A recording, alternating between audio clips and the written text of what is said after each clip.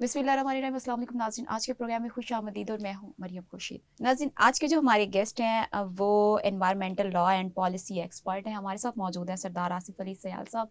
अस्सलाम वालेकुम सरदार साहब, बहुत शुक्रिया आपके टाइम का। अ, वालेकुम अस्सलाम। आपका बहुत बहुत शुक्रिया। Thank you so much. सरदार साहब, सबसे पहला मेरा क्वेश्चन ये है कि इन्वायरमेंट के हिसाब से अगर हम दुनिया में देखें तो दुनिया में मुसलसल हम देख रहे हैं कि हर साल टेम्परेचर जो है वो बढ़ता ही जा रहा है। क्लाइमेट चेंज अपनी स्वेरिटी की जो है पीक पर जा रहा है।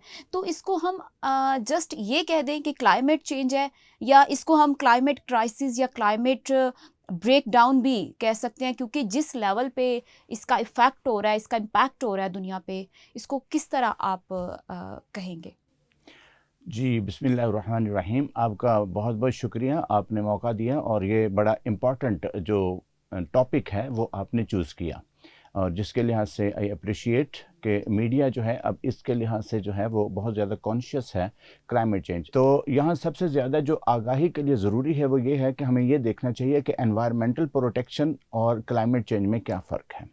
तो हमारा जो एनवायरमेंटल प्रोटेक्शन वो है, एक तो माहौल जो है उसको साफ़ सुथरा रखना, उसके बाद जो पोल्यूशन है उसकी मुख्तलिफ जो काइंड्स हैं उनमें ख़ातिरख़्वाह तौर पर कमी करना, और उसके बाद फिर जो एक डेवलपमेंट है वो सस्टेनेबल जो डेवलपमेंट है उसकी गुड गवर्नेंस करना। हुँ। तो इसके साथ जो है वो क्लाइमेट चेंज, ये जो क्लाइमेट चेंज है बेसिकली ये 1980 में लोगों के जो मौजू है उसका ये जो है वो मौजूए बहस बना। इसमें जो है ये वजह क्या है और ये क्या काज है, इसकी काज क्या है? इसकी काज जो है वो है ग्लोबल वार्मिंग। तो अब इसमें एक और फ़र्क आप देखिए कि जो एनवायरमेंटल प्रोटेक्शन का जो सब्जेक्ट है that is based on biology, chemistry, biotechnology, और जबकि हमारा जो क्लाइमेट चेंज है, जब मैं डिग्री कर रहा था यूनिवर्सिटी ऑफ कैलिफोर्निया बर्कले में, तो वहाँ पर वी स्टडीड, हमने जो है वो क्लाइमेट फिज़िक्स पढ़ी, एनवायरमेंटल फिज़िक्स पढ़ी। और वहाँ पर जो वापस जब हम आए यहाँ पर आकर जब मैंने बताया कि we have studied climate physics, तो यहाँ पर लोगों ने कहा ये क्या चीज़ है। लेकिन जब ये क्लाइमेट चेंज का जो सब्जेक्ट है यह जब डेवलप हुआ तो उसके बाद देखें कि ये जो क्लाइमेट चेंज है that is based on matter. तो मैटर जो है वो फिज़िक्स में आता है। तो इसके लिहाज से पहले तो ये हमारा जो है वो फ़र्क लोगों के शऊर और आगाही के लिए आ गया कि हमें जो है यहाँ पर ये जो क्लाइमेट चेंज है, ये क्लाइमेट चेंज 1980 के बाद जो है इसकी सिवियरिटी हुई, और उसके बाद ये जो है 90s में जो है ये जो इसके इफ़ेक्ट्स हैं, एडवर्स इफ़ेक्ट्स, वो ज़ाहिर होना शुरू हो गए। आज सबसे ज़्यादा जो है हमें प्रॉब्लम है वो क्लाइमेट चेंज की है। क्लाइमेट चेंज जो है ये चूँकि एक्सेसिव इमिशंस ऑफ कार्बन है, और उसके बाद हमारे जो हैं यहाँ ग्रीन हाउस गैसेस हैं, और ग्रीन हाउस गैसेस में कार्बन डाइऑक्साइड आती है, मीथेन आती है। तो इस लिहाज से ये कार्बन डाइऑक्साइड जो है ये चूँकि गर्मी का बायस बनती है, ये जो एनवायरनमेंट है, एटमॉस्फेयर है, उसको हॉट करती है। और इसके लिहाज से एक जो क्लाइमेट चेंज है इसकी वजह भी ये है कि हमारी जो इंसानी जो एक्टिविटीज़ हैं उसके नतीजे में जो कार्बन का इखराज होता है, और जब वो एटमॉस्फेयर में आती है तो कार्बन मोनोऑक्साइड, जहाँ पर ऑक्सीजन कम होती है, और उसके बाद जो एम्बिएंट एटमॉस्फेयर है वहाँ पर कार्बन डाइऑक्साइड जो है उसकी शक्ल इख्तियार कर लेती है, और कार्बन डाइऑक्साइड जो है वो माहौल को गर्म करती है। तो इसके लिहाज से ये जो क्लाइमेट चेंज है, क्लाइमेट चेंज का मानी ये है कि excessive emissions of carbon dioxide. और इसमें क्या है जी, इसमें हमारी जो एंथ्रोपोनोजेनिक जो है इंसानी जो हमारी एक्टिविटीज़ हैं वो इसका बायस हैं। और एक्टिविटीज़ में क्या है जी, हमारी जो है स्त्री से लेकर, हमारा खाने पकाने से लेकर, हमारी गाड़ी चलाने से लेकर, उसके बाद हमारी जो इंडस्ट्री है, इंडस्ट्रियल एक्टिविटीज़ और कमर्शियल एक्टिविटीज़ जो हैं वो जब हम परफॉर्म करते हैं, जब भी लग्जूरियस लाइफ की तरफ हम आते हैं, लग्जरी जब हम इस्तेमाल करते हैं, तो उससे जो है वो कार्बन डाइऑक्साइड जो है उसकी इमिशंस होती हैं। तो इसके लिहाज से दुनिया में इस वक्त जो जो हमारा क्लाइमेट चेंज है, तो क्लाइमेट चेंज का जो इस वक्त इम्पैक्ट और इसमें एडवर्स इफ़ेक्ट्स हैं वो इस वजह से हैं कि एक तो हमारा जो इसमें कार्बन फुटप्रिंट है वो बहुत ज़्यादा है। कार्बन फुटप्रिंट क्या होता है? कार्बन फुटप्रिंट जो है वो हमारी जो एक्टिविटीज़ हैं उसमें जब हम चीज़ों का इस्तेमाल करते हैं, मसलन हम अगर टिश्यू पेपर्स का इस्तेमाल करते हैं, बिजली का इस्तेमाल करते हैं और उसके लिए से एनर्जी का इस्तेमाल करते हैं, तो उसके जो है वो रिज़ल्ट में कार्बन डाइऑक्साइड का और दूसरी जो हमारी यहाँ पर ग्रीन हाउस गैसेस हैं उनका इखराज होता है। अब इसमें यह है कि जो एटमॉस्फेयर है, एटमॉस्फेयर में उसके जज़ब करने की एक जो है सलाहियत है, और उसमें जिस हम डाइल्यूशन फैक्टर भी बोल सकते हैं या एब्जॉर्प्शन फैक्टर उसको बोल सकते हैं। तो जब वो जो एब्जॉर्प्शन उसकी जो कैपेसिटी है उससे ज़्यादा होता है, तो वो फिर ये है कि उसके एडवर्स इफ़ेक्ट्स जो हैं वो ज़्यादा जो हैं वो फिर हमारी ज़िंदगियों के ऊपर और उसके ऊपर जो माहौल है उसके ऊपर असरअंदाज होते हैं और माहौल में जो गर्मी है वो बढ़ जाती है। अच्छा, आसिफ साहब, जो यूएन की रिपोर्ट है उसके मुताबिक सबसे ज़्यादा इफ़ेक्ट होने वाला जो कंट्री है इस क्लाइमेट चेंज से वो पाकिस्तान है, जबकि कार्बन जो है, कार्बन का जो अखराज है वो हमारा उसमें जो कंट्रीब्यूशन है वो 1% है। तो क्या फिर ये जो यूनाइटेड नेशन पाकिस्तान के लिए कह रही है कि हम इससे ज़्यादा, सबसे ज़्यादा इफ़ेक्ट हो रहे हैं, तो उसका क्या रीज़न है? जी, इस बात को ना इसके जो रेफ़रेंस टू द कॉन्टेक्स्ट है उसमें देखना है। ठीक है। और रेफ़रेंस टू द कॉन्टेक्स्ट में ये है कि जो आपने बात की वो एफडीए की रिपोर्ट है 2018 की, जी। जिसमें यहाँ पर जो है इमिशंस जो हैं उसकी एक क्लासिफिकेशन जो है वो आई थी, और उसके ऊपर ये था कि हमारे जो कार्बन इमिशंस हैं, हमारा जो यहाँ पर एक्सेसिव इमिशंस हैं ग्रीन हाउस गैसेस का, उसमें जो मुख्तलिफ जो हैं उसकी यहाँ पर जो है वो शरह जो है वो बताई गई थी। अब इसमें आपका जो क्वेश्चन है मैं उसकी तरफ आता हूँ कि अब ये जो है प्रजम्पशन भी है और उसके बाद फैक्ट भी है कि हमारा जो पाकिस्तान है, पाकिस्तान चूँकि एक इंडस्ट्रियल कंट्री तो नहीं है, यहाँ पर तो उस लेवल की इंडस्ट्री नहीं है। इसके लिहाज से हमारा जो है वो चूँकि एग्रीकल्चरल है और वो भी एक डेवलपिंग कंट्री है और उसके बाद वो एक गरीब मुल्क है। तो इसके लिहाज से हम अगर ये इसको कंपैरिजन करें, इसका जर्मनी के साथ करें, अमेरिका के साथ करें, रशिया के साथ करें, चाइना के साथ करें, इंडिया के साथ करें, तो उसके ऊपर जो है हम तो नथिंग, हमारा जो है वो बहुत ही माइन्यूट है उसमें कंट्रीब्यूशन। तो इसके लिहाज से इम्पॉर्टेंट चीज़ ये है कि जो आपका क्वेश्चन है कि हम उससे ज़्यादा मुतासर जो है हो रहे हैं, उसकी वजह क्या है। तो इस सिलसिले में मैं आपसे यही बात करूंगा कि हमें जो है नाकर्दा गुनाहों की हमें जो है वो सज़ा मिल रही है। उसका जो है वो उसको मैं एक्सप्लेन ऐसे करता हूँ कि यहाँ पर देखिए कि चूँकि जितने भी हमारा एटमॉस्फेयर है, एटमॉस्फेयर में कोई जो है वो यहाँ पर जो है वो बॉर्डर्स नहीं है। हवा जो है उसके लिए ऐसे किसी बॉर्डर की ज़रूरत नहीं, वहाँ पर जो है वो उसकी जो ट्रैवलिंग है वो बिल्कुल बगैर किसी ऑब्स्टिकल के है। और आपको ये मालूम है कि ये हाँ हमारा जो एक प्रिंसिपल है एनर्जी का, कि जो हमारी हीट है, हीट कंसंट्रेशन जो होती है, हीट की जो ट्रैवलिंग होती है from high concentration to low concentration होती है। तो अब ये है कि चूँकि एटमॉस्फेयर में हमारे इर्द गिर्द चाइना है, हमारे इर्द गिर्द इंडिया है, और उसके साथ अगर देखा जाए रशिया है, रशिया के थोड़े फासले के ऊपर अगर इधर से हम उसको देखें, जो साइबेरिया एंड एटसेट्रा उस साइड के ऊपर देखें, तो वो बिल्कुल अमेरिका जो है वो 300-400 किलोमीटर के फासले के ऊपर होगा। तो इसमें ये है कि जितनी भी हमारी यहाँ इंडस्ट्रियल इमिशंस हैं, ऊपर जब वो जमा होती हैं, तो उसके बाद क्या होता है, वहाँ पर जहाँ उनकी कंसंट्रेशन तो ज़्यादा होती है उन ममालिक में, तो वहाँ से वो ट्रैवल करती है। कहाँ ट्रैवल करती है? जहाँ उसकी कंसंट्रेशन कम होती है। तो पाकिस्तान उनकी जो है वो बेहतरीन एक जगह है, क्योंकि पाकिस्तान में तो उसकी कंसंट्रेशन है नहीं, जिसकी बिना पर जो इनकी इमिशंस हैं वो आती हैं पाकिस्तान, और यहाँ पर आकर हमारे यहाँ पर सबसे ज़्यादा जो ग्लेशियर्स हैं, जो कि दुनिया में जो दोनों पोल्स हैं, नॉर्थ दोनों पोल्स जो हैं दुनिया के, वहाँ उसके बाहर Pakistan is only the country where जो मैक्सिमम ग्लेशियर्स एग्जिस्टिंग, और यहाँ पर 7253 जो हैं ग्लेशियर्स ये 2022 में थे, और उसके बाद इनकी तादाद बढ़ चुकी है और अब 13,033 के करीब जो हैं हमारे पास ग्लेशियर्स और मौजूद हैं। माहिरीन ने ये खबरदार किया कि ये तेज़ी से पिघल रहे हैं। तो कितनी बड़ी अलार्मिंग सिचुएशन है पाकिस्तान के लिए कि क्लाइमेट चेंज से ये सारा इस तरह की चीज़ें हो रही हैं। जी, और ये इसके लिहाज से है कि यहाँ पर देखें हम सारे लोग जो हैं यहाँ पर चैनल्स के ऊपर, उसके बाद मीडिया के ऊपर, उसके बाद जो पॉलिसीज़ बनाते हैं, ये बात तो करते हैं कि ये प्रॉब्लम है, ये बात तो बताते हैं कि ये नुकसानात हैं, ये तो बात हमारी डिस्कस होती है कि ये एडवर्स इफ़ेक्ट्स हैं, लेकिन उसके जो सस्टेनेबल जो सॉल्यूशन है उसके ऊपर काम शुरू नहीं करते। उसकी वजह ये है कि यहाँ पर अब देखें कि यहाँ जो है हमारी डेवलपमेंट जब होती है पूरा साल होती है, उसके ऊपर ये जो ग्लेशियर्स हैं ये दुनिया में जो स्वीट वाटर है उसका सबसे बड़ा ज़ख़ीरा है। और बिल्कुल। अगर ये पिघल गए, क्योंकि ये तो सदियों में जो है ग्लेशियर्स बने हैं, और उसके बाद आप देखें अताबाद झील जो है वो भी बनी, और उसके बाद ये है कि यहाँ पर जब ये ग्लेशियर्स पिघल जाएंगे तो दोबारा इनको बनने के लिए जो है वो हंड्रेड्स ऑफ ईयर्स चाहिए।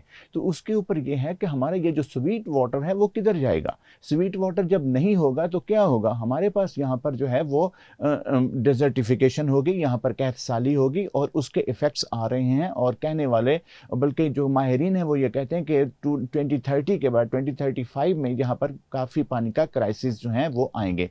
तो इस सिलसिले में अब बात ये है कि हमें जो है इसका जो है वो टेक्निकली भी और उसके बाद साइंटिफिक जो है वो जो माहिरीन हैं उनको ऑन बोर्ड लेते हुए कि गवर्नमेंट को चाहिए कि वो सस्टेनेबल इसकी पॉलिसीज़ बनाएं जो कि यहाँ पर जो है एक जो है वो सस्टेन कर सकें, और उसके ऊपर हुकूमतों के आने जाने का उसके ऊपर असर नहीं होना चाहिए, बल्कि पॉलिसीज़ जो है उसको प्रिवेल करना चाहिए। और इस सिलसिले में जो हमारा जो गिलगित बल्तिस्तान है, देखें वो सबसे ज़्यादा इसमें जो है वो इफ़ेक्ट होते हैं। और उसके ऊपर अभी देखें मानसून जब आता है तो उसके बाद जितना डिज़ास्टर आता है, हमारी जितनी भी इकोनॉमी है वो सारी तबाह हो जाती है। और उसके बाद फिर हमारे यहाँ पर जो इंडस वाटर्स ट्रीटी था 1960 का, उसके तहत जो 3 हमारे जो मशरकी दरिया हैं, जिसमें हमारा जो सतलुज था, रावी था, ब्यास था, इसका जो है इख्तियार वो तो दे दिया था इन्होंने इंडिया को। और उसके बाद हमारे जो नॉर्थ के हैं, जिसमें दरिया सिंध था, झेलम और चनाब, उस पर पाकिस्तान का हक जो है वो तस्लीम कर लिया गया था। और उसमें इंडिया को इजाज़त दी गई थी कि वो उसको पीने के इस्तेमाल के लिए इस्तेमाल करें, कुछ पन बिजली के लिए इस्तेमाल करे, और कुछ अपनी उसको स्टोरेज कर सकता है, लेकिन जिसका पाकिस्तान का जो राइट है वो इफ़ेक्ट ना हो। लेकिन उसके बाद ये है कि इंडिया ने क्या किया है, इंडिया ने जो है ये ऐलान करते हैं वो कि हम पाकिस्तान को पानी की एक एक बूंद के लिए तरसाएंगे। उनका प्राइम मिनिस्टर ये बात करते हैं। और ये देखें कि ये जो ट्रीटी है ये इंटरनेशनल ट्रीटी है जिसमें वर्ल्ड बैंक इसका जामिन है। और उस सिलसिले में अब यहाँ पर अभी पिछले दिनों इस्लामाबाद में जहाँ पर एक सेमिनार हुआ है जिसमें पूरे वर्ल्ड के लोगों को बुलाया गया है और उनको इसके मुतल्लिक आगाही दी गई है। तो इस सिलसिले में ज़रूरत इस चीज़ की है कि फ़र्स्ट ऑफ ऑल तो जो है हमारे पास इंटरनेशनल कोर्ट ऑफ आर्बिट्रेशन है, उसके बाद जो न्यूट्रल इसके लिहाज से एक्सपर्ट हैं और उनके पास जाके बाकायदा तौर पर ये इसकी जो इम्प्लीमेंटेशन है वो होनी चाहिए। और इंडिया ने इसको यकतरफा तौर पर जो है इन अबेंस जिसको बोलते हैं मुअत्तल कर दिया है। हालांकि उसकी कोई शिक नहीं है कि दोनों मुल्कों में से कोई इसको ना तो ख़त्म कर सकता है ना इसको मुअत्तल कर सकता है।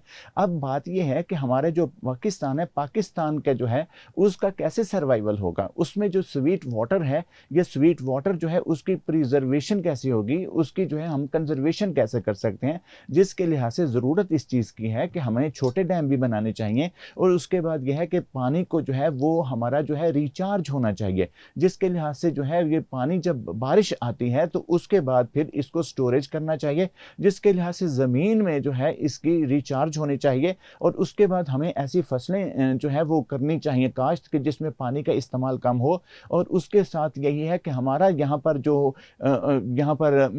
जो इंडिजिनस जो हमारा इसका फ्लो है वाटर का, उसमें यह है कि यहाँ पर एनक्रोचमेंट नहीं होनी चाहिए। लोगों ने रिवर बेड में जो है वो हाउसिंग सोसाइटीज़ बना ली हैं, तो ये जो है ये सारा खुदकुशी के मुतरादिफ है। तो इस लिहाज से ये जो फैक्टर्स हैं, इन फैक्टर्स के ऊपर हम अपने घर में भी काम करें, लोकली जो है एक पॉलिसीज़ बनाएं जिसके साथ यह है कि पानी की कंजर्वेशन की जाए। और इंटरनेशनली जो हमारा इंडस वाटर्स ट्रीटी है उसका इन लेटर एंड स्पिरिट उसके ऊपर जो है अमल दरामद को यकीनी बनाने के लिए से जो इंटरनेशनल फोरम्स हैं उनके ऊपर बाकायदा जाकर इसको एजिटेट करते हुए अपना हक लेना चाहिए। बिल्कुल आसिफ साहब, पाकिस्तान की जो मेशत का एक बड़ा जो हिस्सा है वो एग्रीकल्चर पे डिपेंड करता है। और इसी तरह अगर water issue, climate change issue हुआ तो हम देखेंगे कि अभी भी हम देख रहे हैं कि उसका इम्पैक्ट पड़ रहा है हमारी जो है क्रॉप्स पे। तो इस तरह अगर इस पे गवर्नमेंट इस तरह का इनिशिएटिव नहीं लेती और इस पे प्रॉपर अटेंशन नहीं करती तो क्या ये हमें फूड सिक्योरिटी की तरफ ये चीज़ें लेके जाएंगी कि एक टाइम आएगा कि हमें जान के लाले पड़ जाएंगे?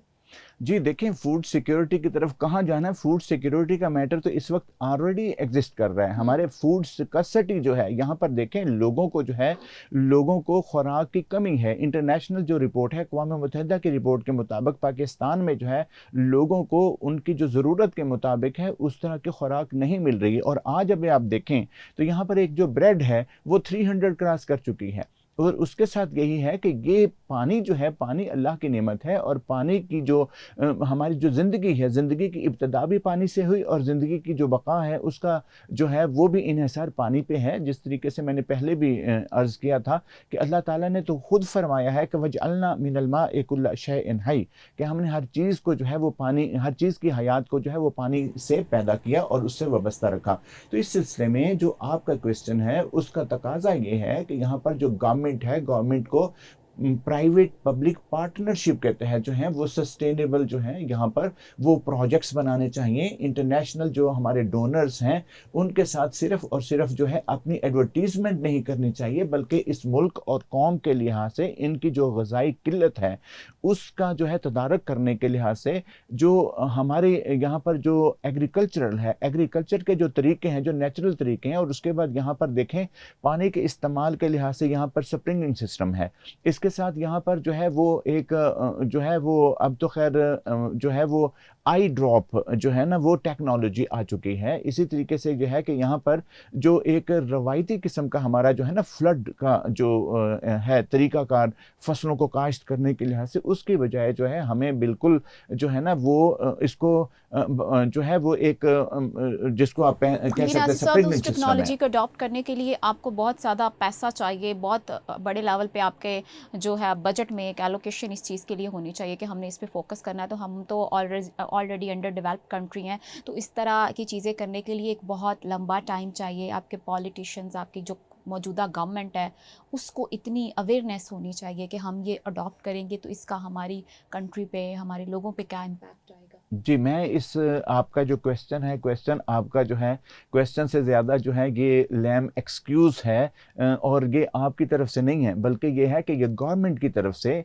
और उसके ऊपर जो हमारी पॉलिटिकल विल है वो ये जो है इस तरीके का जो है इंस्टेंस लेती है। अब देखा जाए कि देखें बात ये है कि जो गवर्नमेंट होती है, गवर्नमेंट ऑफ द पीपल है, गवर्नमेंट फॉर द पीपल है, गवर्नमेंट बाय द पीपल है। और इसमें जो इम्पोर्टेंट चीज़ है, अल्लाह ताला ने कुरान पाक में ये फरमाया है, इन्नल्लाह यामुरुकुम अन तअद्दुल अमानाते इला अहलिहा। अब जो गवर्नमेंट में लोग आते हैं, जिन लोगों को आप सिलेक्ट करते हैं, जिन लोगों को आप इलेक्ट करते हैं, वो कम से कम उस काबिल होने चाहिए कुरान के हुक्म के मुताबिक के अहल लोगों को अपनी अमानतें दें। तो सबसे ज़्यादा हमारा यहाँ पर जो प्रॉब्लम है वो है लीडरशिप का।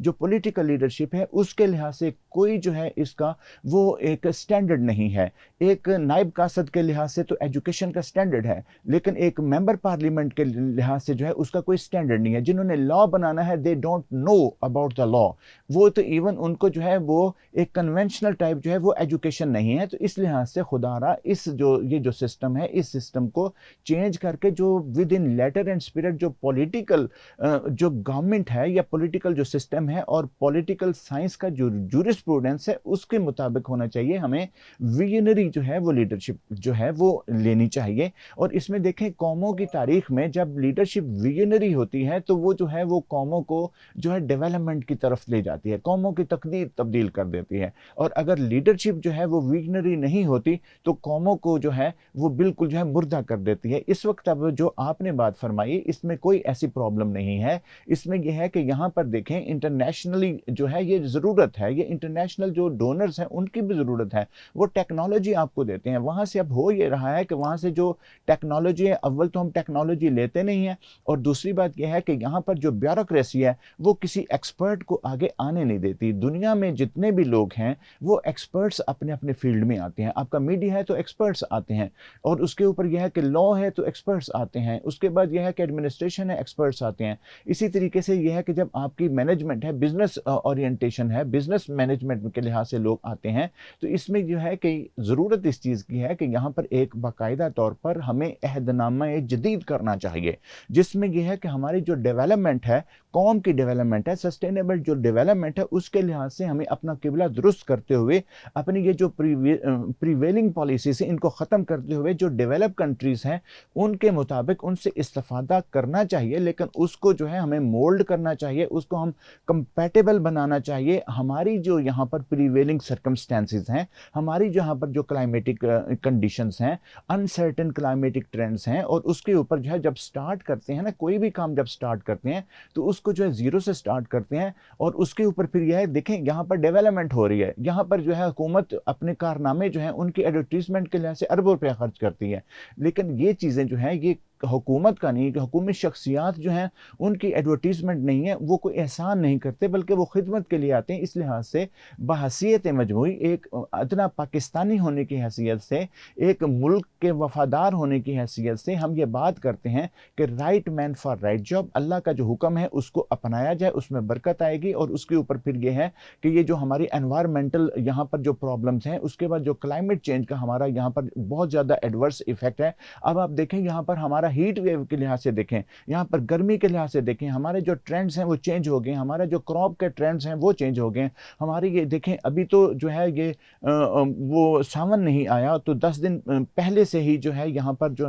है यहाँ पर जो स्पेल्स जो हैं वो शुरू हो गए हैं। और इसके लिहाज से यहाँ पर अभी मुझे बताया था कि ये जो आम की फसल है, मुल्तान या यहाँ जो एरियाज़ हैं वहाँ पर वो जो आम है उनकी आज पैदावार वो नहीं हुई, उनमें जो है वो उनका टेस्ट जो है वो डेवलप नहीं हुआ। और इसी तरीके से आप सब्जियां आप देखें, उसके बाद हमारे जो फ्रूट देखें, ये सारे जो है ना ये हमारे ये जो अनसर्टन क्लाइमेटिक ट्रेंड्स हैं और उसके लिहाज से ये सारे इफ़ेक्ट हो रहे हैं। जो आपने बात की कि हमारी जो फूड सिक्योरिटी है वो तो पैदा होगी, और फूड सिक्योरिटी का बहुत बड़ा मसला है, पूरी दुनिया में मसला है। तो उसके लिहाज से पाकिस्तान देखें एक डेवलप एक जो है एग्रीकल्चरल कंट्री है, और अगर यहाँ पर फूड का मसला आ जाता है तो फिर पाकिस्तानियों को इसके लिए बहुत सोचना चाहिए। और यहाँ जो हमारे पॉलिटिकल विल है, हमारे जो लीडर्स हैं उनको सोचना चाहिए कि वो क्या कर रहे हैं, क्या वो अपना जो फ़र्ज़ है वो अदा कर रहे हैं, क्या वो कौम के सामने जो है वो क्या जवाबदेह होंगे, अल्लाह के सामने क्या जवाबदेह होंगे। और अल्लाह ताला ने उनको लोगों की जो ज़िंदगियाँ हैं उनको महफूज करने के लिए, उनको जो है बेहतर करने के लिए, उनको प्रॉस्पेरियस करने के लिहाज से उनको मसनद दी है। तो उसके साथ अगर वो इंसाफ नहीं करते तो उनको अलहदा हो जाना चाहिए। बिल्कुल सही कहा आपने। सब आलमी इदारा सेहत के मुताबिक जो है फ़ज़ाई आलूदगी से हर साल लाखों लोगों की अमवात होती है। तो पाकिस्तान में ये मसला जो है हमने देखा कि हमारे हुक्मरान हैं वो वोट के लिए हर एफ़र्ट करेंगे, हर घर में जाएंगे, दरवाज़ा नॉक करेंगे, उन्हीं लोगों की हेल्थ के लिए, उन्हीं लोगों की ज़िंदगी बचाने के लिए। इसको प्योरिटी बेस पे क्यों नहीं करते? क्या जब सर्दी यहाँ पे आती है तो जब स्मोक हो जाती है तो मास्क पहन लेने से क्या वो प्रिकॉशंस हो जाती हैं कि आप उस चीज़ का जो मेन उसका जड़ है आप उसको ख़त्म ना करें, और आप अपने आवाम को और अपने लोगों को ये कह दें कि आप मास्क पहनें, आप घर में रहें, आप जो है इस चीज़ से एहतियात करें। तो कहाँ पे ज़िम्मेदारी आती है? जी, ये जो भी यहाँ पर कैंपेन चलाते हैं ना जी, मैं ये समझता हूँ कि ये जो है ये जाहिल लोगों का तरीका होता है। जो अक्लमंद लोग होते हैं, जो साहिब इल्म लोग होते हैं, वो उसका सॉल्यूशन देखते हैं, वो उसका जो सोर्स है। अब देखें यहाँ पर जो प्रॉब्लम्स हैं उसको एट सोर्स हमें ख़त्म करना है, और एट सोर्स ख़त्म करने के लिहाज से ये है उसका जो है जो मास्क है वो तो बजाते खुद पॉलीप्रोपिलीन से बना हुआ है, तो वो तो बजाते खुद एक पोल्यूटेड है। और उसके ऊपर यह है कि जब बाहर से जो पोल्यूशन एयर जब आएगी तो उसमें उसके जो पार्टिकुलेट मैटर हैं वो उसमें जब जमा हो जाएंगे तो वो तो उससे ज़्यादा जो है वो डेंजरस हो जाएगा, जिससे कि वो आम हवा में अगर सांस लेगा तो वो हो सकता है कि उसमें ऑक्सीजन के कंटेंट्स ज़्यादा हों, लेकिन मास्क अगर कहेगा तो वहाँ पर तो जो है वहाँ पर जो कार्बन के कंटेंट्स हैं वो ज़्यादा होंगे, वहाँ तो उसको खुद ऑक्सीजन नहीं मिलेगी। तो इसके लिहाज से देखें इस वक्त जो इम्पॉर्टेंट चीज़ है यहाँ पर होना ये चाहिए कि पाकिस्तान में अल्लाह ने इतनी मेहरबानी फरमाई है कि यहाँ पर आप बीज फेंक दें तो वो जो है वो बिल्कुल एक दरख्त बन जाता है। तो यहाँ पर ये जो हमारी यहाँ पर पोल्यूशन और उसके बाद यहाँ स्मोग है, अब ये देखें ये जो स्मोग है ये बढ़ेगा। स्मोक के लिहाज से इसके एंटी स्मोक गन्स जो हैं ये इसका कोई सोल्यूशन नहीं है, बल्कि ये होता है कि यहाँ पर जो गवर्नमेंट ने कुछ अच्छे काम भी किए, लेकिन उसका तरीकाकार ये है कि तरीका उसका जो है वो सही होना चाहिए। उसमें यह है कि यहाँ पर जो कार्बन डाइऑक्साइड है इसको जज़ब करने की जो कुदरती मशीनें हैं वो दरख्त हैं। ठीक। यहाँ पर जो है शजरकारी होनी चाहिए, और शजरकारी के लिहाज से जो बुशी और सायादार दरख्त होने चाहिए, और उसके साथ यहाँ पर जो है वो फ्रूटी दरख्त जो हैं वो लगाने चाहिए जो इंडिजिनस हों, जो यहाँ का जो हैबिटेट है, यहाँ पर जो हमारा यहाँ क्लाइमेट है, उसके बाद जो यहाँ पर जो कंडीशंस हैं, क्लाइमेटिक कंडीशंस हैं, उसके मुताबिक जो है ना यहाँ पर हमें जो है वो ग्रीनरी करनी चाहिए, प्लांटेशन करनी चाहिए। पाकिस्तान उसके तहरीक इंसाफ की गवर्नमेंट ने बिलियन ट्री मंसूबा जो शुरू किया था, तो उससे आपको क्या लगता है कितना फ़ायदा हुआ?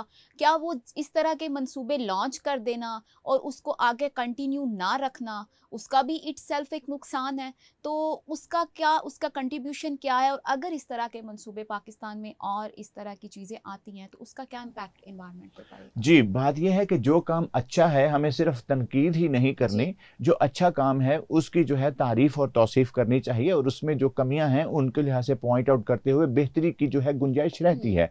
तो मैं तो एक पॉजिटिविस्टिक एंड ऑप्टिमिस्टिक अप्रोच के साथ जिसने भी जो अच्छा काम किया है उसको अप्रिशिएट करना चाहिए। किसी भी गवर्नमेंट ने किया, अगर पहली गवर्नमेंट ने किया है तो उसकी जो कंटिन्यूटी है, देखें दरख्त लगा देना जो है वो कामयाबी नहीं, दरख्त लगा के उसकी बाकायदा निगहदाश्त करना और उसके बाद फिर उसकी परवरिश करना जो है वो जो है दैट इज़ वेरी इंपॉर्टेंट। और उसके ऊपर ये है कि कोई भी प्रोजेक्ट अगर कोई भी गवर्नमेंट करती है तो वो जो गवर्नमेंट करती है वो जो है आवाम के पैसे के साथ करती है, वो एक्सचेकर से जो है वो करती है, वो आवाम के टैक्स का पैसा होता है। और अगर जो गवर्नमेंट है, गवर्नमेंट कोई भी आती है अपना अपना मंशूर करती है, देखें इसमें ये किसी की इजारादारी नहीं है, किसी की चौधराहट नहीं है, किसी की मलकियत नहीं है। यहाँ पर जितनी भी पॉलिटिकल पार्टीज़ हैं वो आएँ, वो अपना अपना मंशूर दें खिदमत के लिए, आवाम की खिदमत के लिहाज से जो उनको जो है टाइम दिया जाए उस टाइम में जो है वो मैक्सिमम कोशिश करें। और उसके बाद अनफॉर्चुनेटली यहाँ पर ये सिस्टम नहीं है, यहाँ पर जो है वो अब होना तो ये चाहिए जो पार्लियामेंट के अराकीन हैं, जिस तरीके से अभी इन्होंने एक तरीकाकार वज़ा किया है कि जजेस की हर साल की जो है वो एक रिपोर्ट जो है वो मुतय्यन की जी। जाएगी, और उसकी बेस के ऊपर उनको देखा जाएगा कि वो कंटिन्यू उनको रखना है कि नहीं रखना। ये बड़ा अच्छा एक फ़ैसला है, ताकि ये है कि उनको जो है परफॉर्मेंस बेस्ड जो है वो उनकी जो है ना वो एक्टिविटी वो होनी चाहिए, और प्रोडक्टिविटी को इंश्योर किया जाए बाआईने ही।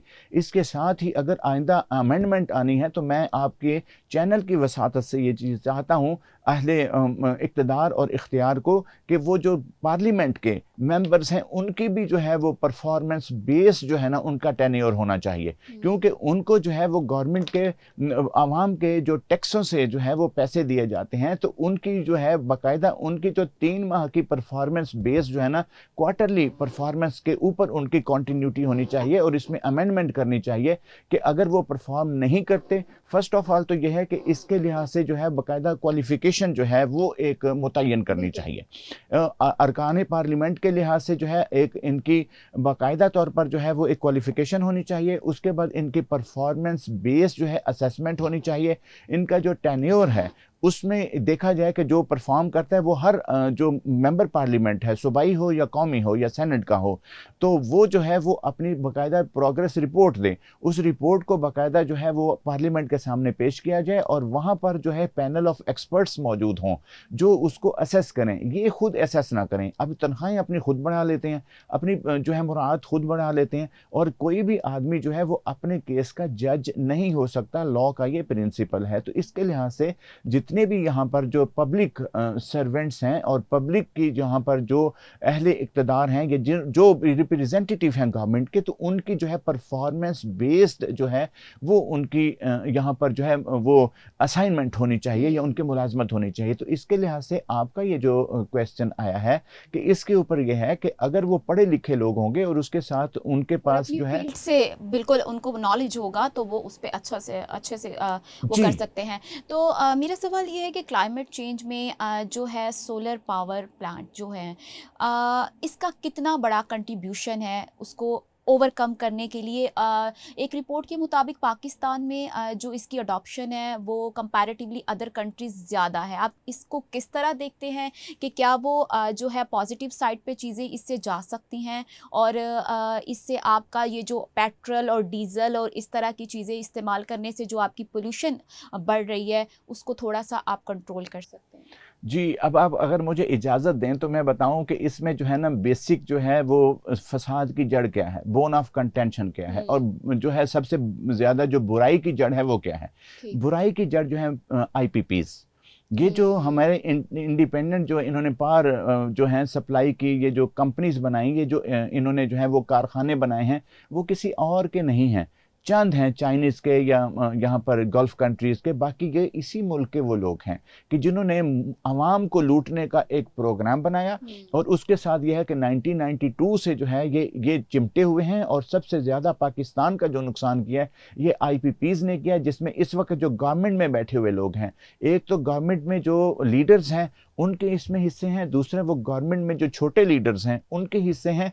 और उसके ऊपर मुझे ये बताइए कि दुनिया कहाँ से कहाँ पहुँच गई। पाकिस्तान जो है ये सोलर में सुपर पावर है और उसके ऊपर ये है कि अगर सोलर जो है उसको ही डेवलप कर दे तो यहाँ पर डीजल के ऊपर और उसके ऊपर जो यहाँ पर इन्होंने फर्नेस ऑयल जो है वो उससे भी बुरा है। उसके ऊपर जब हमें फॉसल फ्यूल के ऊपर ये इलेक्ट्रिसिटी दे रहे हैं और उसके बाद देखें दुनिया में कभी ऐसे मुआहदे होते हैं कि आप काम भी ना करें, आप अगर चैनल ना आए तो आपको घर बैठे जो है चैनल वाले जो है वो तनख्वाह दे सकते हैं या आपको जो है वो सारे जो है वो पर्क्स एंड प्रिविलेज दे सकते हैं। बात यह है कि इनको को खुदा का खौफ करना चाहिए था और उसके ऊपर देखें अभी भी जान नहीं छोड़ी। और उसके ऊपर ये देखें कि इन्होंने वहाँ पर डॉलर्स के लिहाज से जो है वो इस मुल्क और कौम के साथ जुल्म और ज्यादती की है। मुझे डर है कि क़यामत वाले दिन जो है इनका ये जो गुनाह है इनके लिए प्रॉब्लम पैदा करेगा। लेकिन उसके ऊपर दुनिया में अब यह है कि जो अवाम है, अवाम को शऊर और आगाही होनी चाहिए। ये जितने आईपीपीज के जो ओनर्स हैं इनको जो है वोट देना जो है वो गुनाह समझना चाहिए इर्रिस्पेक्टिव ऑफ दैट। ये मैं पाकिस्तान के मकसद की बात कर रहा हूँ। अब उसके बाद यह है कि अगर ये आईपीपीज ना हो, अब देखें कि वहाँ पर कैपेसिटी चार्जेस हैं, आपको बिजली नहीं मिल रही। देखें पाकिस्तान में जो है वो एक तो ये जो आईपीपीज हैं ये बिजली नहीं दे रहे, उसके बावजूद जो है हर महीने अरबों डॉलर ले रहे हैं। उसके बाद पाकिस्तान के जो अवाम है बेचारे उनको बिजली नहीं मिल रही। उनके पास एक जस्टिफिकेशन है कि हमने ये सारी चीजें as it is working condition में रखनी है, तो उसको वर्किंग कंडीशन में रखने के लिए आप उनको अरबों डॉलर देते हैं। जी, वो वर्किंग कंडीशन वाली तो बात ही नहीं है जी। अब यह है कि पार्लियामेंट में आप देखें कि यहाँ पर मुख्तलिफ जो हैं वो यहाँ पर कारखाने जो वो बंद पड़े हुए हैं, उनको कैपेसिटी बिल्डिंग कैपेसिटी चार्जेस के तौर पर हर महीने उनको जो है बंद इदारों को जो है वो अरबों रुपया दिया जा रहा है। उसके बाद अब मैं बात जो कर रहा था कि पाकिस्तानी अवाम देखें बेचारे जो हैं इनकी काबिले रहम हालत है कि उनको बिजली आती ही नहीं है, लेकिन उसके बावजूद वो बिल दे रहे हैं। इससे ज़्यादा बदकिस्मती क्या होगी, इससे ज़्यादा बैड गवर्नेंस क्या होगी। तो इसके लिहाज से फौरी तौर पर ये जो मुआहदे हैं इनको ख़त्म करना चाहिए। और उसके ऊपर जो हमारी 26वीं और 27वीं आईनी तरमीम है उसने इस मुल्क का बेड़ा गर्क करके रख दिया है। उसमें कुछ अच्छी तरमीम भी हैं, कुछ अच्छी शिकें भी हैं। आसिफ साहब, इसमें गवर्नमेंट का ये मौक़िफ़ है कि हम फिर जो इसकी डिमांड है उसको किस तरह पूरा करेंगे अगर आईपीपीज़ के साथ हम अपने कॉन्ट्रैक्ट ख़त्म कर देते हैं? जी, मैं अर्ज़ करता हूँ। देखें जी, आईपीपीज़ जो है that is the story of past. दुनिया में कहीं पर जो है वो नहीं होता कि जो है पूरी दुनिया में जो फॉसिल फ्यूल जो है उसकी जो पार है उसको जो है कंडेम किया जा रहा है। पर पाकिस्तान में यहाँ पर जो है साहिवाल में जो है यहाँ पर इन्होंने जो कोयले का पावर प्लांट लगाया उसकी क्या ज़रूरत थी, ये देखा जाए उसके कौन ओनर हैं। इसी तरीके से हब के ऊपर जो है किन्होंने लगाया। यहाँ पर दुनिया जो है वो क्लीन एनर्जी की तरफ जा रही है। जो आपने बात की है कि सोलर पावर है, अब सोलर को जब ये इन्होंने किया, अब सोलर की जो प्लेट्स हैं पहले वो मंगवाई, उसके ऊपर जो है यहाँ पर वो भी जो हुकूमत के लोग हैं उनको लाइसेंस दिए गए। उन्होंने वहाँ से भी हर चीज़ के ऊपर जो है वो कमाई की जा रही है। हर चीज़ के ऊपर जो है इस कौम का, इस मुल्क का जो इस्तेहसाल किया जा रहा है, किस चीज़ की सजा दी जा रही है पाकिस्तान के। तो बात यह कि पॉलिसीज़ होती हैं। अब आपने जो बात फरमाई थी कि यहाँ पर जो सोलर है, सोलर पावर के लिहाज से इन्होंने जो है बहावलपुर में एक जो है उसका एक प्रोजेक्ट शुरू किया और वो भी जो है वो अपनी कैपेसिटी के मुताबिक नहीं चल रहा है। तो अब क्या प्रॉब्लम है, यहाँ पर लोगों ने जो है यहाँ पर सोलर के पैनल्स लगाए,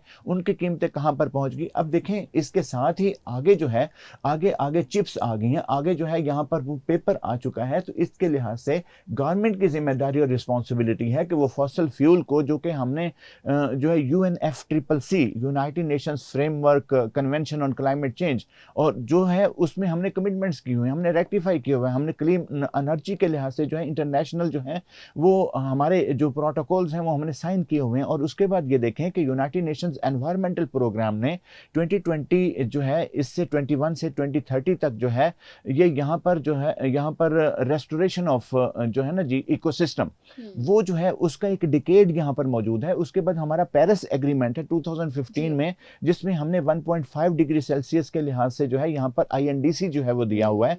तो उसके लिहाज से ज़रूरत इस चीज़ की है कि यहाँ पर आप देखें कि यहाँ पर जो है GSP प्लस है, being WTO lawyer GSP plus है, उसमें हमने कमिटमेंट्स की हुई हैं। तो इसके लिहाज से किबला जो है वो दुरुस्त करना है, किसका? गवर्नमेंट का करना है। मिनिस्ट्री ऑफ क्लाइमेट चेंज जो है वो सिर्फ और सिर्फ फेडरल लेवल के ऊपर जो टेरिटरी वहाँ तक महदूद है, उसके बाद उसका कोऑर्डिनेशन का जो है वो कोई मैकेनिज्म नहीं है। सिर्फ फेडरल लेवल के ऊपर एक क्लाइमेट चेंज के ऊपर लेजिस्लेशन है, एक्ट है, लेकिन वो जो है वो भी एक्ट इस तरह का है कि वो सही तरीके से within letter and spirit जो है वो इम्प्लीमेंट नहीं हो सकता, उसमें अमेंडमेंट्स की ज़रूरत है। और उसके बाद प्रोविंसेस के पास तो क्लाइमेट चेंज एक्ट ही नहीं है। यहाँ तो हमारे पास जो है वो एक, जब आपके पास प्रिंसिपल लेजिस्लेशन ही नहीं है तो आप जो है उसमें जो कंट्रावीनर हैं उनको कैसे प्रोसिक्यूट कर सकते हैं? तो ये है हमारी कमिटमेंट। उसमें ये है कि यहाँ पर सिर्फ और सिर्फ जो है अब ये देखें ministry of climate change international जो हमारे यहाँ पर एग्रीमेंट्स हैं उनको जो है वो डील करती है, इंटरनेशनली जो है वो डील करती है मुख्तलिफ कंट्रीज़ के साथ, यूनाइटेड नेशन के साथ। लेकिन उसके ऊपर फिर यह है जो प्रोविंसेस हैं, 18th अमेंडमेंट जो है उसमें प्रोविंसेस को जो एनवायरनमेंट का सब्जेक्ट दे दिया गया था, ये इन्होंने जल्दबाजी की थी। इसको जो है फेडरल लेवल पे होना चाहिए था। फेडरल के पास जो है बाकायदा तौर पर एक मैकेनिज्म होना चाहिए था ताकि जो इंटरनेशनल एड्स, इंटरनेशनल जो फंड्स आते हैं, इंटरनेशनल फंडिंग होती है, इंटरनेशनल जो प्रोजेक्ट्स होते हैं, उनको बाकायदा तौर पर कोऑर्डिनेट किया जाए, उनको बाकायदा तौर पर सुपरवाइज किया जाए और उनकी जो प्रोडक्टिविटी है उसको इंश्योर किया जाए। तो इसके लिहाज से एक तो क्लाइमेट चेंज लेजिस्लेशन होनी चाहिए सूबाई लेवल के ऊपर, और जो फेडरल लेवल के ऊपर क्लाइमेट चेंज का एक्ट है उसको बाकायदा रिव्यू करना चाहिए और एक्सपर्ट्स को करना चाहिए।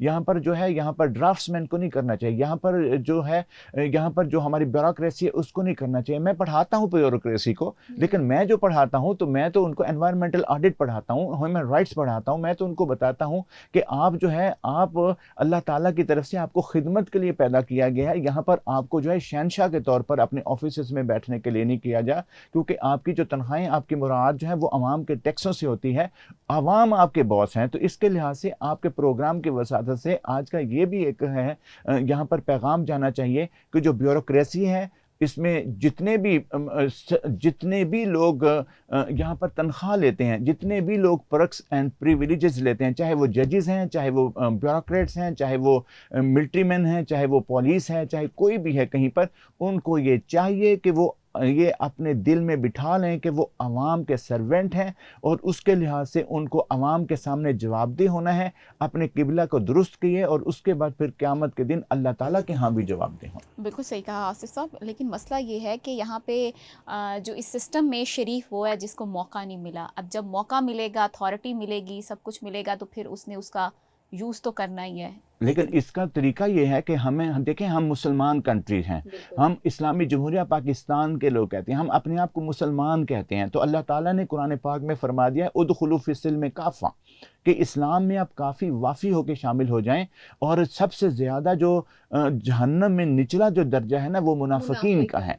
और कुरान पाक में सूरतुल बकरा जो है उसमें जो पहला जो है वो दूसरा रुकू है, उसमें सबसे ज़्यादा जो वईद है दूसरे तीसरे में, उसमें रुकू में, उसमें जो है मुनाफिकीन के लिए आया हुआ। लिहाजा हमें मुनाफिकत छोड़कर या तो दुरंगी छोड़कर यक रंग हो जा, सरासर मोम हो जा या संग हो जा, या तो हमें पूरा मुसलमान होना चाहिए और अल्लाह के अहकामात के मुताबिक कमियां कोताहियां आदमी में होती हैं, लेकिन जो वो कर सकता है उसके मुताबिक उसको जो है वो इस्लाम के जो उसूल हैं, देखें जो इस्लाम के उसूलों पर अमल करेगा उसका फ़ायदा वही उठाएगा। आज हम बात करते हैं जो डेवलप कंट्रीज़ या वेस्ट की बात करते हैं तो वहाँ पर वो झूठ को जो है वो डिस्करेज करते हैं, वहाँ पर ईमानदारी है। तो हजूर नबी करीम अलैहिस्सलातु व तस्लीमात से किसी सहाबी ने अर्ज़ किया कि हुजूर मुझ में ये सारे जो हैं वो नकाइस हैं लेकिन एक नक्स मैं छोड़ सकता हूँ। तो आपने फरमाया कि झूठ छोड़ दो, वो सारे ऑटोमेटिकली तो आज तो यहाँ पर हर चीज़ की एम्पायर ही झूठ के ऊपर है। तो कहाँ से जो है वो प्रॉस्पेरिटी आएगी, इसके लिहाज से इसका जो आपने बात फरमाई, जो क्वेश्चन फरमाया, उसका हल ये है, आज हम सॉल्यूशंस पे बात करते हैं कि हमें अपने आप को बिल्कुल। धोखा नहीं देना चाहिए, ना अल्लाह ताला को धोखा जाना चाहिए, क्योंकि कुरान और पाक में अथॉरिटी का सही इस्तेमाल होना चाहिए। जिस चीज़ के लिए लोग आपको वोट दे रहे हैं, आपको वही डिलीवर करना चाहिए और यही सबसे बड़ी ईमानदारी है। आप अपने पेशे के साथ कर रहे हैं, आप लोगों के साथ कर रहे हैं, इंसाफ करें।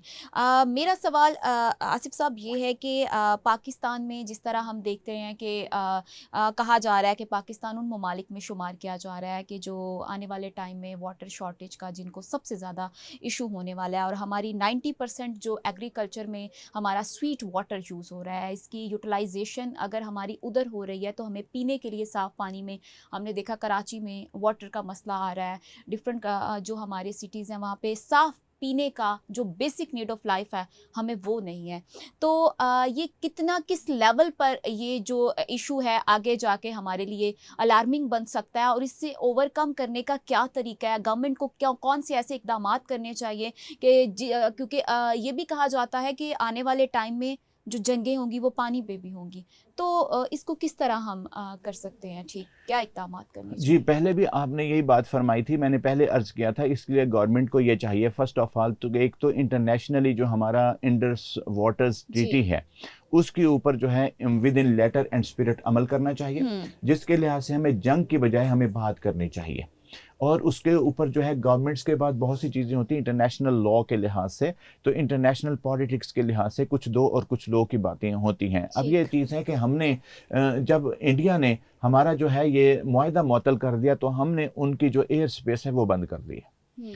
ठीक है, तो अब इसके ऊपर कुछ जो है वो शुनीद ये है कि इंडिया ये चाह रहा है कि आप हमारी स्पेस जो है वो आप खोल दें, तो हम इसके ऊपर जो है आपके साथ नेगोशिएशन करने के लिए तैयार हैं। इस बात को जो है बाकायदा जो है वो अच्छे तरीके से इस्तेमाल किया जाए। प्रॉब्लम तो ये है कि हमें अपनी बात जो है वो मनवानी नहीं आती, हमें अपना जो माफ़ी ज़मीर है उसको आर्गू करना नहीं आता, और उसके बाद यह है कि हमें अपनी जो प्रोडक्ट है उसको बेचना भी नहीं आता। इसके लिहाज से ज़रूरत है कि यहाँ पर क्लाइमेट जो है वो नेगोशिएटर्स हों, और क्लाइमेट नेगोशिएटर्स कौन होंगे? क्लाइमेट नेगोशिएटर वो हों जो कि एक्सपर्ट्स हैं, हुँ। क्लाइमेट के लॉ के पॉलिसी के एक्सपर्ट हैं, और उसके ऊपर जिसमें जहाँ टेक्निकल जो लोग हैं वो भी हों, उसके ऊपर साइंटिस्ट हैं वो भी हों। मैंने पहले अर्ज़ किया था, हर काम जो है वो jack of all trades but master of none. Bureaucrat जो हैं वो हर किसी को करीब आने नहीं देते। चैट जीपीटी से लेकर और उसके बाद मांगे तांगे का इल्म लेकर, तो वो जो है वो एक चीज़ तो बना लेते हैं, लेकिन वो इम्प्लीमेंट ही नहीं होती, वो प्रैक्टिकेबल ही नहीं होती, वो इम्प्लीमेंटेबल ही नहीं होती। लिहाजा इसके लिहाज से गवर्नमेंट को फर्स्ट ऑफ ऑल ये चाहिए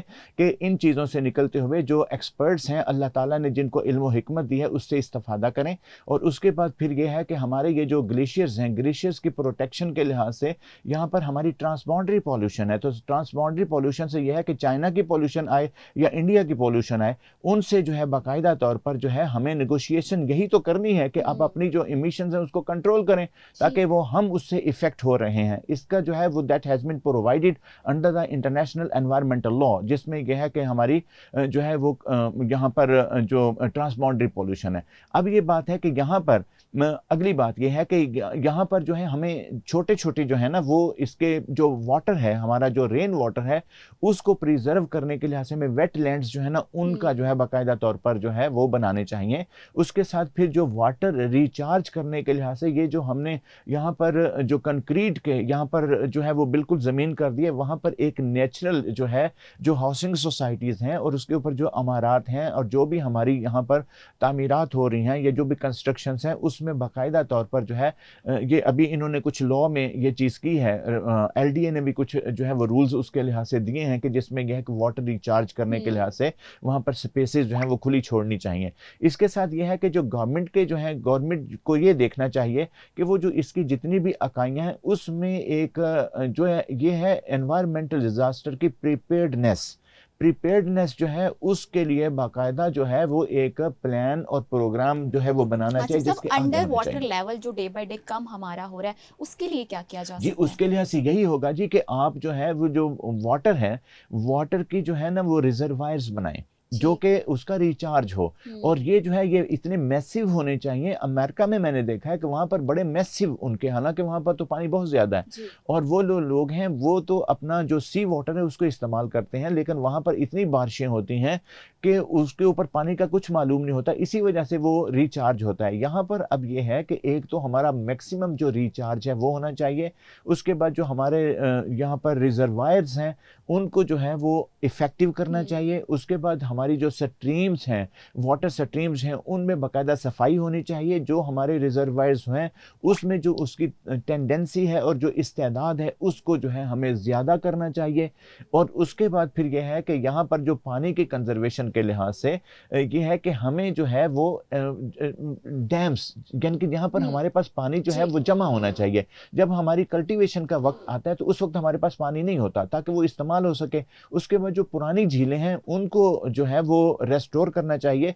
और जितने जो हमारे जो सिटीज़ हैं, नई सिटीज़ बन रहे हैं, जिसमें हमारा ये लाहौर का भी जी। एक नई सिटी अर्बन जो है वो सिटी का एक जी। तस्वुर था, जिसमें यह है कि यहाँ पर हमारी जो झीलें हैं वो भी बनानी चाहिए। और उसके बाद जो हमारी जो राबता नहरें हैं वो ये जो है उनको मज़ीद इफ़ेक्टिव करते हुए, जहाँ पर पानी कम है उसमें जो वहाँ पर जो है पानी की मिकदार ज़्यादा होनी चाहिए। और दूसरी इंपॉर्टेंट चीज़ ये है कि यहाँ पर जो हमारी कल्टीवेटेड लैंड है, जो हमारी एग्रीकल्चरल इस्तेमाल की लैंड है, वहाँ पर जो है जो हाउसिंग सोसाइटीज़ हैं वो नहीं बननी नहीं बननी चाहिए। चाहिए, और बिल्कुल। उसके ऊपर जो हमारे जो शहर हैं, फिर जो शहर हैं उनको हजूर अलैहिस्सलाम के फरमान के मुताबिक एक ख़ास हद से ज़्यादा नहीं बढ़ाना चाहिए। और इकबाल अलैहिर्रहमा ने मसूलिनी को जब ये बात बताई थी कि हमारे हुजूर नबी करीम सल्लल्लाहु ताला अलैहि वसल्लम ने ये फरमाया कि शहरों को एक ख़ास हद से ज़्यादा ना बढ़ाएं बल्कि नए शहर बसाएं, उसके पीछे जो है, पीछे उसका फ़लसफ़ा ये है, उस हिकमत ये है कि ताकि जो शहर हैं, बड़े शहर, उनके ऊपर जो नेचुरल रिसोर्सेज हैं उनके ऊपर प्रेशर कम हो और नए शहर जो हैं वो बाकायदा बसाए जाएँ, ताकि वहाँ के जो नेचुरल रिसोर्सेज हैं वो इस्तेमाल हो सकें। वहाँ पर लोगों को जो है उनको जो है काम और जो है वहाँ पर कारोबार और उनको जो रोज़गार के जो हैं वो ज़राए दिए जाएँ। तो इस तरीके से यहाँ पर जो फसलें हैं, यहाँ पर वो जो कम पानी के इस्तेमाल वाली फसलें जो हैं उनके ऊपर ज़्यादा तवज्जो दी जाए। स्प्रिंकलिंग सिस्टम की मैंने आगे बात की थी, तो ये सिस्टम बहुत जो है ये कोई ऐसा नहीं है, यहाँ ड्रिप सिस्टम है यहाँ पर मौजूद है। और देखें जो इज़राइल जैसा मुल्क है वो वहाँ पर जो है आई ड्रॉप सिस्टम उन्होंने डेवलप किया है, तो ये कोई ऐसा मुश्किल काम नहीं है। तो इसके लिहाज से जो है यहाँ पर हो भी रहा है। यहाँ पर पाकिस्तान में जो सरगोदा आप देख लें, उसके बाद यह है कि साउथ पंजाब में देख लें, बहुत सी जो हैं वो फार्मर्स जो हैं वो इसको इस्तेमाल कर रहे हैं। और उसके बाद यह जो ट्यूबवेल्स हैं उसके लिहाज से यहाँ पर जो सोलर है, सोलर के ऊपर जो है बाकायदा तौर पर हमें अपना जो बिजली है जी। उसका इन्हिसार सोलर पे करना चाहिए। और दूसरी मज़ीद इम्पॉर्टेंट चीज़ ये है कि गवर्नमेंट को ये चाहिए कि वो मैनिपुलेट ना करे, वो अवाम जो है ना उनको जो है गुमराह ना करे। यहाँ पर जो ग्रीन बसेस की यहाँ पर बात की हुई थी, अब ये देखें कि ग्रीन बसेस को जब आप चार्ज करते हैं वो तो उस बिजली से करते हैं जो कि फॉसिल फ्यूल से आई हुई है। वहाँ पर क्यों नहीं ये डिपेंड करते हैं, यहाँ पर जो है वो डेवलप करें, सोलर जो है उसको करें। उसके बाद यह है कि यहाँ पर हमारी जो है वो थर्मल है, यहाँ पर जो है वो जो इसके और भी ज़रिए हवा का जो है वो जो हमारे साइली एरिया वहाँ पर, लेकिन उसके ऊपर यह है कि सोलर हमारे पास जो है वो तो तकरीबन कोई 2 से 3 लाख मेगावाट जो है वो हम पैदा कर सकते हैं। और उसके लिए इम्पॉर्टेंट चीज़ ये है कि ये जो सप्लाई का सिस्टम है जिसमें हमारे पास सिर्फ 20,000 वाट जो है वो ये अपना मेगावाट वो प्रोवाइड करने की कैपेसिटी है, उसको बढ़ाएं ना, उसको क्यों नहीं बढ़ाते? ठीक है। तो इसके लिहाज से अब ये है कि ये जो है ये तकरीबन एक दूसरे के साथ जो है इंटर रिलेटेड जो है एक्टिविटीज़ हैं। और उसके साथ हमारी ग्रीनरी जो है वो बढ़नी चाहिए। और प्लस लोगों के लिए भी एक बात है कि अपनी जो लाइफ स्टाइल है उसको इस्लाम के करीब करें। यहाँ पर जो प्लास्टिक है, प्लास्टिक के इस्तेमाल की बजाय यहाँ पर जो यूटेंसिल्स हैं हमारे रवायती वो इस्तेमाल करें, हमारे बड़े भी वो करते थे। और उसके ऊपर देखें प्लास्टिक हर चीज़ जो है यहाँ पर, चाहे आप नॉन वोवन की बात कर लें या कोई भी ऐसा प्लास्टिक कि जो सिर्फ 2 से 3 दफ़ा या 4 दफ़ा भी इस्तेमाल होता है, वो सिंगल यूज़ प्लास्टिक है। और अगर कोई बर्तन जो है 50-60 दफ़ा इस्तेमाल हो जाए तो वो इको फ्रेंडली है। तो इसके लिहाज से हमें यह है कि एक तो जो प्लास्टिक है इसको अपनी ज़िंदगियों से निकालना चाहिए और उसका बाकायदा मुतबादल देना चाहिए, जिसमें यह है कि केले से अगर जो है कपड़ा बन रहा है, केले का जो छिलका है उसके साथ यहाँ पर ऑरेंज के छिलके से जो है वो जीन्स बन रही हैं, शर्ट्स बन रही हैं। जी। और मैंने जो है वो टर्की से, इस्तांबुल से एक जो है वो शर्ट खरीदी थी जो कि हेम्प से बनी थी, और ये जो यहाँ पर जो भांग के पौधे से। तो इसके लिहाज से ये जो है यहाँ पर पाकिस्तान में बन रही है, पाकिस्तान में यहाँ पर जो है डेनिम भी बन रही है। तो इसके लिहाज से हमें ये होना चाहिए कि जो ऑर्गेनिक फूड है उसको हमें जो है प्रेफर वो करना चाहिए, प्रेफर बिल्कुल। करना चाहिए और आसिफ साहब, अपनी हमारे ज़िंदगियों में प्रोग्राम भी का इसको टाइम लाना खत्म हुआ चाहिए। चाहता हाँ है। जी। बिल्कुल आपने ठीक कहा कि गवर्नमेंट के साथ साथ इंडिविजुअली हमारी भी जिम्मेदारी है कि हम इसमें कितना कंट्रीब्यूट और करते हमें हैं। एक्शन के बजाय और इसको अपने एटीट्यूड में बिल्कुल शामिल करना एटीट्यूड में चाहिए। शामिल मेहरबानी। करना चाहिए। आपने बहुत अच्छी इन्फॉर्मेशन दी, जो लोगों के, अगर लोग और गवर्नमेंट ख़ास तौर पे इस पे अगर इन चीज़ों पे अमल करें तो हम ये जो क्लाइमेट चेंज का हमारे सर के ऊपर ख़तरा मंडरा रहा है और डे बाय डे इसकी सीवियरिटी मज़ीद होती जा रही है, तो उसे हम ओवरकम कर सकते हैं। आज के प्रोग्राम से इतना ही, मुझे इजाज़त दें। अल्लाह हाफ़िज़।